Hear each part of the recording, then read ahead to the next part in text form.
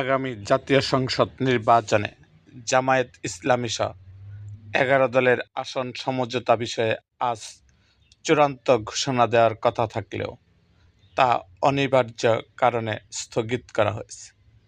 আজ বুধবার ১৪ জানুয়ারি বিকাল ৪:৩০টায় রাজধানীর ডিপ্লোমা ইঞ্জিনিয়ার ইনস্টিটিউশনের মুক্তিযোদ্ধা হলে দ্বিতীয় তলা এ সংবাদ সম্মেলন অনুষ্ঠিত হওয়ার কথা ছিল।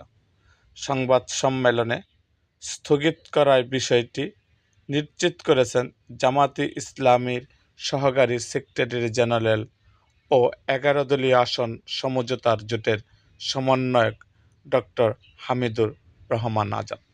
তিনি বলেন, আজ বুধবার বিকেল ৪:৩০টায় ১১ দল ঘোষিত সংবাদ সম্মেলন অনিবার্য কারণবশত স্থগিত করা হয়েছে।